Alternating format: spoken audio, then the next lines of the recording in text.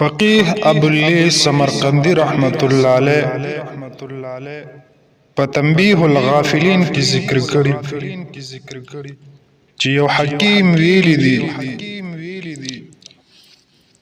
چې په جاهل سړی کې شپږ خویونه دي او په دې شپږو خویونو سره به جاهل سړی چې دی دا پیژندلی شي. اولنی نمبر العزوب فی غیر شیء، بیزای غوسه کول. جاهل سړی به پس پیژنې دی به بیزای غوسه کوي، یعنی انسان او حیوان یا بل څه شی چې ورته مخې ته ورځي دی بد ګڼي او دوی په هغې باندې غوسه کوي، دا د جهالت علامه ده. دویم نمبر الکلام فی غیر نفع، بې فایدې خبرې کول، فضول خبرې کول، داسې خبرې کول چې د هغې د سر اړو څه فایده نه وي. نو عقلمند انسان ته پکار دی چې د بې فایدې خبرو نه ځان وساتي او هغه خبرې وکړي چې په هغې کې د دنیا او د آخرت ګټه وي. دغه رنګې دریم نمبر العطیة فی غیر موضع، بیځایه مال خرج کول.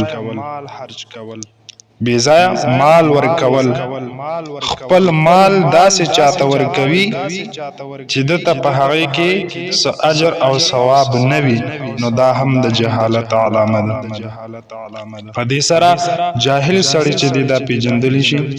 څلورم نمبر باندې افشاء السر عند کل احد، هر چاته خپل راز ښکاره کول، یعنی د زړه خبره چې دا هر چاته کول دا د جاهل سړی علامه ده. په دې سره جاهل سړی پیژندلی شي.